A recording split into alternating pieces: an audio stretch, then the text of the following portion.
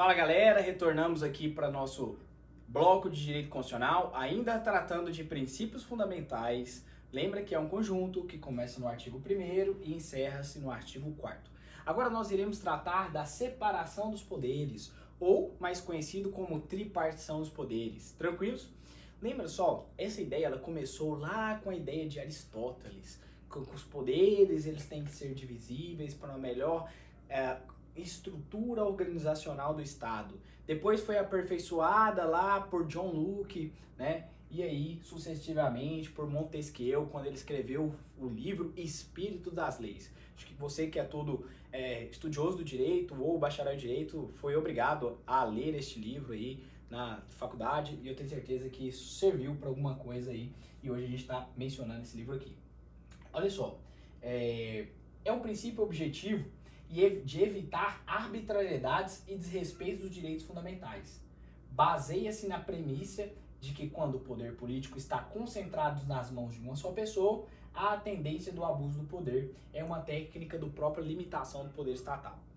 Esse princípio, ele vem se aperfeiçoando lá da ideia norte-americana do princípio checks and balance, ou seja, freios e contrapesos. Então, o que é isso? Um poder fica no seu quadrado. Cada poderzinho, ele tá ali. Olha o texto do artigo 2º. São poderes da União, independentes e harmônicos entre si, executivo, legislativo e judiciário. Eles agem de maneira cooperada.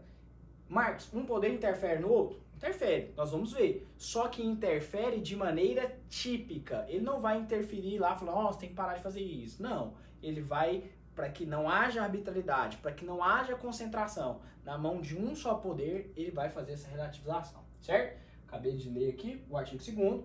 A rigor, o poder ele é uno e indivisível. O que seria objeto de separação são as funções estatais, na qual nós vamos ver aqui, e não propriamente poder. Poderes, tá? Aqui a gente costuma confundir em provas poder constituinte originário, poder constituinte derivado, poder constituinte reformador. É diferente de poderes constitucionais. Poderes constitucionais, executivo, legislativo e judiciário. Esse aqui talvez seria a parte mais importante do nosso direito constitucional também, que eu acredito. Poderes independentes, a ausência de subordinação e hierarquia. O que é essa ausência de subordinação e hierarquia? O poder legislativo não está acima do poder executivo. O poder executivo não está acima do judiciário. Cada poder está o quê? Na mesma relação hierárquica, tá? O que vai haver é uma ausência de subordinação. Cada um é livre para se organizar na forma estabelecida pela própria Constituição. Cada poder tem sua especialização funcional. Eu coloquei aqui de forma rápida, né? Mas eu vou esclarecer aqui com vocês. Poder legislativo. O que o Poder Legislativo faz? O Poder Legislativo nós temos no âmbito da União, formado pela Casa Bicameral, ou seja, Câmara dos Deputados e Senado Federal. Nós temos 513 deputados federais, 81 senadores, e aí esse poder ele tem sua função típica de legislar. Ele é quem cria leis. Mas legislar sobre armas, somente pode legislar sobre armas Congresso Nacional, a Câmara dos Deputados e Senado Federal. Legislar sobre, por que não aumenta a quantidade de pena aí para 60 anos? Quem pode legislar sobre matéria penal e processual penal? Só o Congresso Nacional, certo? Já nos estados, nós temos a Casa Unicameral. Essa Casa Unicameral, ela é formada pela Assembleia Legislativa, representada pelos seus deputados estaduais, tá? E aí a gente vai ter lá de, no mínimo, salvo engano, 25 deputados estaduais e no máximo 70. São Paulo tem 70, Goiás tem 42 deputados estaduais. E nos municípios, por exemplo, Goiás tem 246 municípios. Cada município aí, ele vai pertencer seus vereadores, né? E nós também temos uma Casa Unicameral, Casa ou Câmara dos Vereadores. Tranquilos? Marcos, o Poder Legislativo, essa função é sua função típica, sua função principal, mas ele tem sua função atípica? Sim. O Poder Legislativo, ele pode julgar. Sim, ele pode e ele deve julgar. Quando um presidente da República, olha só, o presidente da República é poder executivo. Quando o presidente da República comete um ato de improbidade administrativa, uma falta funcional, um crime funcional, quem que vai julgar esse presidente da República? Acata-se pelo juízo de admissibilidade a Câmara dos Deputados por 2/3 dos seus membros. Esse pedido de impeachment vai até o Senado e o Senado aceita ou rejeita a cassação desse poder, chefe do poder executivo. Foi o caso da Dilma, foi o caso do Collor, foi exatamente isso aí, tá? O juiz de acessibilidade aceitou pela Câmara, eu voto sim, pelo não sei o que, pela família do caralho, essas frescuras aí.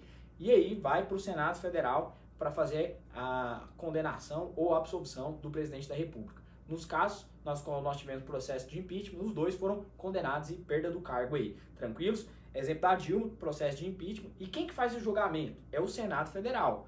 Essa sessão ela só será presidida pelo presidente do Supremo Tribunal Federal. Mas quem faz o julgamento é o Senado Federal. Então, de forma atipicamente, o Poder Legislativo vai julgar. E de forma administrativa, ele tem uma função administrativa, função típica, administrar? Sim, ele administra. Como que ele administra? Quando ele faz concurso. Inclusive concurso aberto agora, ó, Polícia Legislativa, consultor técnico, analista, advogado, enfermeiro do Senado Federal. Isso aí é uma função típica de administrar, de cuidar, de organizar a sua casa. Tranquilos? Então essa é a função do Poder Legislativo. Coloquei aqui, ó. E ele ainda tem uma subfunção que a doutrina traz, né? E eu acredito, Marcos, de alguns livros que eu já li aqui, eu não acredito que é uma subfunção, acredito que é uma função de fiscalizar. Fiscalizar o quê? Fiscalizar as contas públicas. O Poder Legislativo possui uma função de fiscalizar, tá? Uma dupla função, tanto de legislar, né, de inovar o ordenamento jurídico, bem como de fiscalizar as contas públicas, auxiliando os tribunais de contas, seja o Tribunal de Contas da União, TCU, seja o Tribunal de Contas dos Estados, TCE, bem como o Tribunal de Contas do município, TCM. Lembra que não pode mais criar TCM, tá? Nenhum município mais hoje pode fazer a criação de novos TCM, desde a promulgação da lei de 2016. Não teve? Tem. Quem não tem, já era. Beleza? Executivo. O que o Poder Executivo faz? Ora, vamos lá para a estrutura. Poder Executivo, nós temos o Poder Executivo no âmbito da União, representado pelo sistema presidencialista, que eu falei que é o presidente da República, que ocupará duas funções, chefe de governo e chefe de Estado. Ele cuidará ali, ora da União, ora da República Federativa do Brasil. Tranquilos? Esse é o Poder Executivo no âmbito da União. Dos Estados, nós temos os governadores, né? Auxiliados pelos seus secretários, lembrando que o presidente ele é auxiliado pelos seus ministros, tá? Tem um vice também, toda função do chefe do executivo, a eleição importará do presidente, importará do vice, então se você vota no presidente, você está votando obviamente no vice, tranquilos? E prefeito, né?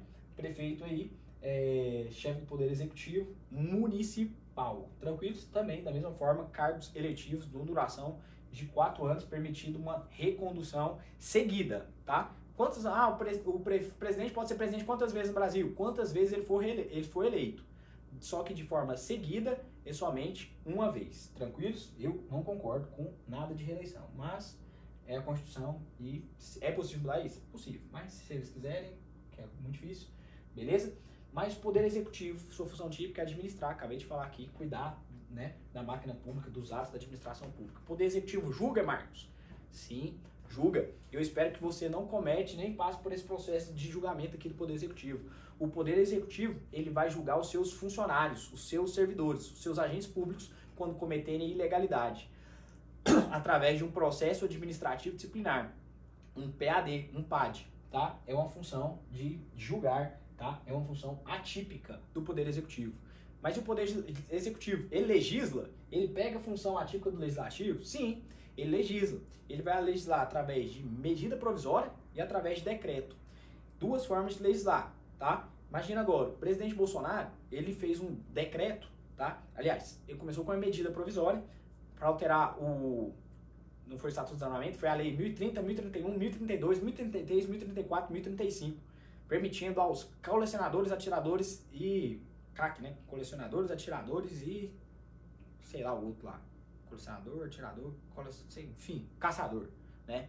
E aí ele permitiu lá que essa galerinha pudesse fazer aquisição de armas de fogo na qual o calibre da quantidade de joules lá não era até permitido. Aí ele alterou lá pela força cinética, que agora pode ser permitido, virou restrito, virou permitido, e eles poderiam comprar X armas, enfim. Isso foi através de medida provisória e que depois virou um decreto-lei do próprio presidente e que teve que passar pelo Congresso Nacional, tá? Beleza? Lembro da época dos prefeitos, dos governadores, que eles poderiam fazer decretos, né? Que é uma forma de legislar. Olha, aqui na minha cidade é todo mundo de máscara, aqui não. É uma forma de legislar. Enfim, judiciário. Judiciário, nós temos no âmbito da União representado por um órgão de cúpula, órgão máximo, chamado Supremo Tribunal Federal. Supremo Tribunal Federal, instância superior, quarta instância. Nós temos 11 ministros, divididos em duas turmas. E aí nós temos, além dos órgãos superiores, nós temos o STM, que é o Superior Tribunal Militar, STJ, Superior Tribunal de Justiça, TSE, Tribunal Superior Eleitoral, TST, Tribunal Superior do Trabalho, tá? Esses são os órgãos de instância máxima aí, tranquilos, do Poder Judiciário. Abaixo, nos estados, nós vamos ter quem são representados aí nos estados, né? Os juízes, juiz é órgão, tá? Juiz não é um cargo, juiz é órgão. Nós temos os juízes e nós temos os tribunais de justiça dos estados, tranquilos? Marcos, e nos municípios? O município não tem poder judiciário. No município existe a ausência do poder judiciário. Mas lá em Catalão, lá em Goiás Velho, lá na Faina, tem um fórum. O fórum é uma mera extensão do poder judiciário estadual, tá? As comarcas de fórum, anota isso aí, as comarcas de fórum municipais são uma extensão do poder judiciário estadual. Só lembrar, quem paga o salário dos juízes? É o governador ou é o prefeito lá? Lembra? Óbvio que é o governo, é o estado que vai pagar, né? Então a gente tem a ausência do poder judiciário nos municípios.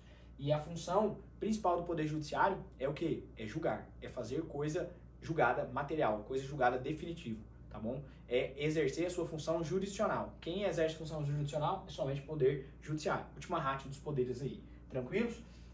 Poder judiciário, ele faz função atípica dos demais poderes? Sim, tá? Todos os poderes aqui eles exercem funções atípicas. Exemplo, o poder judiciário, ele legisla entre duas seções que eu vou falar aqui para vocês. A primeira que que ele de fato possui esse papel, que é legislar sobre seu próprio regimento interno, tá? Horário de funcionamento, salário, ele pode legislar isso, é atribuição conferida pela própria Constituição. Uma outra espécie de legislação é através de súmulas, seja essas vinculantes ou não, né? Que ele vai pegar essas decisões recorrentes dos tribunais superiores aí e aplicabilidade de fato na norma.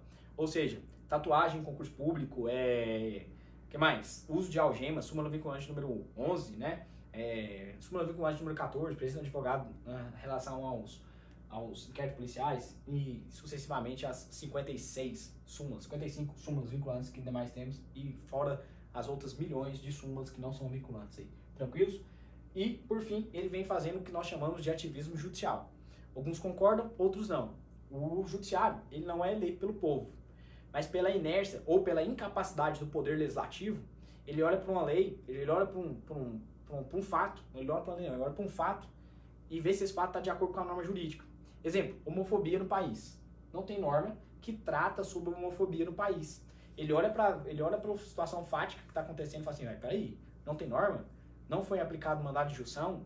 Não tem ninguém tratando sobre isso? Então, pela ineficácia do poder legislativo, ele faz o ativismo judicial. Ele vem legislando. Foi o que aconteceu lá pela lei 7716, né? 7.716 de 89, que é a lei de preconceito racial. Ele incluiu a homofobia lá nessa paradinha lá da lei de racismo. Tranquilo? E administra da mesma forma que poder judiciário, ele pode fazer aquisições de bens, de imóveis, de computadores, concurso para juízes, concurso para técnicos, concurso para analista, concurso para barbeiro lá do STF, concurso para o que você imaginar. Isso é uma função administrativa. Então lembra que todos os poderes, eles têm suas funções típicas e atipicamente eles ocupam funções de cada um dos poderes. E que a exceção fica por conta do poder judiciário, que nós não temos a presença nos municípios. Tranquilos? Belezinha, turma? Falamos aqui da tripartição dos poderes e lembra que esses poderes agem de maneira cooperada, tá? E não há hierarquia entre nenhum desses poderes. Vamos avançar. Continuando aqui, os poderes harmônicos, colaboração, cooperação entre eles, de modo que há um controle recíproco entre os poderes. Teoria de freios e contrapeso, checks and balance, cada poder exerce uma função típica de outro poder. O poder legislativo exerce função típica do administrativo, é o que nós falamos ali. O poder judiciário exerce função, é o que nós tratamos em relação ao slide anterior. Tranquilos? Artigo 3º vai tratar de objetivo. Você tem um objetivo, você está aqui assistindo essa aula porque você tem um objetivo de alcançar, seja um cargo público, de alcançar conhecimento, e a República Federativa, o Brasil, não é diferente. Ele tem um objetivo a ser seguido, uma meta a ser traçada. E todas as vezes que vocês estiverem estudando sobre objetivos, eu quero que vocês tenham em mente duas coisas. Primeira coisa, objetivos são políticas públicas. Objetivos além de políticas públicas, todos os objetivos irão começar com verbos. Todos os objetivos começarão com verbos. Na sua prova eles vão trocar. Diferentemente dos fundamentos, objetivos são normas programáticas. Lembra lá de normas programáticas, SUS, que eu falei para vocês, que estabelecem diretrizes a serem seguidas pelo país. A literalidade da Constituição nos revela que os objetivos apresentam como verbos, sempre no infinitivo, né? Construir, garantir, né? Erradicar e promover. Cuidado, como pegadinha de concurso, as provas costumam transformar tais verbos em substantivos para enganar o candidato. Ou seja, pega lá os fundamentos e falam que é objetivo. Quais são os objetivos? Diz assim o artigo 3º, constitui-se objetivos da República Federativa do Brasil. Inciso 1º, construir uma sociedade livre, justa e solidária. Inciso 2º, garantir o desenvolvimento nacional. Inciso 3º, erradicar a pobreza, a marginalização, reduzir as desigualdades sociais e regionais. Inciso 4º, promover o bem de todos, sem preconceitos de raça, cor, idade, sexo ou quaisquer outras formas de discriminação, certo? Então nós temos 4 formas de objetivos. Percebam que os objetivos começarão com verbos. Óbvio, verbo no infinitivo, né? Construir, garantir, erradicar e promover. Marco, mas só de saber os verbos aqui eu vou acertar? Não, porque eu já fiz questões e provas, coloca assim, construir uma sociedade livre, justa e garantidora. Tá errado. Garantir, isso aqui é fático de banca CESP, garantir o desenvolvimento, em vez de eles colocarem nacional, o texto da Constituição, eles colocam regional. Isso aí erra a questão. Por quê? Porque eles querem, obviamente, de acordo com o que está com o texto constitucional e não da sua imaginação aí, do seu ânimos viajante. Beleza? Fiquem ligados quanto a esse aqui. Marcos, eu preciso ficar explicando o que é isso aqui? Não, cara. Através, erradicar a pobreza e marginalização. Como que erradica a pobreza? Políticas públicas, Bolsa Família, marginalização, política de inteligência, Força Nacional, enfim. Reduzir as desigualdades sociais e regionais, cotas para negros, cotas para pessoas de baixa renda, tudo isso aí são diretrizes, normas programáticas que o Brasil tem que seguir, beleza? A doutrina entende que o artigo 3º, inciso 3º, tá? Erradicar a pobreza e marginalização, e o inciso 4º são justificativas legais para a aplicação do princípio da igualdade ou da isonomia material, tá? Então é o princípio que Rui Barbosa lá sempre falou, né? Tratar os iguais de maneira igual e os desiguais na medida das suas desigualdades para que se igualem, certo? Tranquilos? Esse é o princípio aí da isonomia. E por último, né? Por último aqui, o último artigo que nós temos é o artigo 4º da Constituição. O que esse artigo 4º da Constituição diz? É uma relação, deixa eu ler aqui para vocês, artigo 4º da CF, é preciso memorizá-los na prova, pois costumam cobrá-los na integralidade e por vezes trocando com fundamentos objetivos do Brasil. Tranquilos? Bem como também o princípio da separação dos poderes, que eu já vi fazendo isso em prova. Diz assim, a República Federativa do Brasil rege nas suas relações internacionais pelos seguintes princípios. Quais são os princípios que nós temos? Independência nacional, o Brasil é um país independente. Prevalência dos direitos humanos, aqui nós estamos falando, turminha, da relação do Estado, da Estado-nação, República Federativa do Brasil, relação do Brasil com os demais países, tá? O Brasil se vê como independente, também vai, consequentemente, ver os outros países com a sua própria independência. Prevalência dos direitos humanos, tá? Princípio elencado lá no artigo 1º como fundamentos, elencado aqui também nas relações internacionais. O Brasil sempre respeitará e também ele é signatário, né, de diversos tratados humanos, de tratados que versam sobre direitos humanos aí, tá? Pacto de São José da Costa Rica, Declaração do Homem, Declaração dos Direitos Humanos, enfim. Autodeterminação dos povos. O que é essa autodeterminação dos povos? É respeitar. Se lá na China, lá, os caras comem cachorro, comem não sei o que, não vai chegar lá e falar assim, você está errado, não tem que fazer isso aí não. Não vamos respeitar cada aí. Não intervenção. Importante isso aqui. O Brasil, ele vai intervir, a priori ele não intervém. Ele só vai intervir em causas humanas, tá? Venezuela, o Brasil mandou diversos medicamentos para lá, né? Causas humanas. Lá Haiti, enfim. Ele não é parecido com o país lá da América do Norte, lá, Estados Unidos, por exemplo, que ele intervém lá em tudo quanto é questão que ele achar que convém, tá? O Brasil não tem isso, paz e amor aqui. Igualdade entre os estados, tá? O Brasil vai ver sempre os estados em pé de igualdade. Então, se o Cazaquistão, se o menor país do mundo lá, ele vai ver da mesma forma hierárquico com os demais países. Claro que essa igualdade entre os estados aqui, ela tem um peso balanceado em relação ao seguinte: os países que formam grupos com o Brasil, por exemplo, Mercosul, G20, E4, sei lá, o BRICS, tá? O Brasil vai dar prioridade, preferência, obviamente, que esse país, mas sempre em pé de igualdade. Defesa da paz, paz e amor, Brasilzão. Solução pacífica dos conflitos, então só no diálogo, conversa. Repúdio ao terrorismo e ao racismo, tá? Que é importante. Ah, mas tem terrorismo no Brasil? Cara, tem demais. Tem e teve, né? Se a gente olhar aí, tem um livro chamado de um coronel, Edson, não é esse da PM não, tá? Um coronel das Forças Armadas, do Exército, para ser mais específico, ele escreveu um livro Abrindo as Caixas Pretas da ABIN. Ele fala muito de questão terrorista que já teve no Brasil aqui, tá bom? Racismo, né? Lei 7.716 de 89, né? Crime imprescritível, artigo 5º, inciso 43 da Constituição, 42 também, crime imprescritível, sujeito às penas de reclusão, tá bom? Cooperação entre os povos para o progresso da humanidade, então o Brasil vai mandar médico, vai mandar engenheiro, tudo quanto é coisa, um exemplo lá para o Vale do Silício, para desenvolvimento de vacina, cura, tudo isso programático, né, na cooperação entre os povos para o progresso da humanidade. Concessão de asilo político, da mesma forma, o Brasil ele concede asilo político, né, para alguns casos específicos, tá? Não é para todo mundo, mas para caso específico. Aqui a gente pode falar de apátrida, eu vou estar falando um pouco mais quando nós tratarmos de nacionalidade. Perfeito? Parágrafo único, né? A República Federativa do Brasil buscará integração, primeiro, econômica, política, social, cultural dos povos da América Latina, tá? Visando a formação de uma comunidade latino-americana de nações. Aqui é o Mercosul, bloco econômico, político, social, cultural para a integralidade desses demais estados-nações aí. Tranquilos? Galerinha, isso aqui o pessoal costuma cair demais em provas. A gente não estuda por excesso de confiança, acha que sabe, na hora que vai fazer a questão, por nervosismo, preciosidade, a gente erra. Então, calma, anota, copia, façam bastante questões, que eu tenho certeza que vai dar certo. Tranquilos? Na próxima aula eu te vejo para que nós possamos dar continuidade ao estudo então do título 2 da Constituição. Fiquem com Deus, um forte abraço, qualquer coisa, me segue no Instagram, manda as dúvidas que eu estou para disposição. Até logo!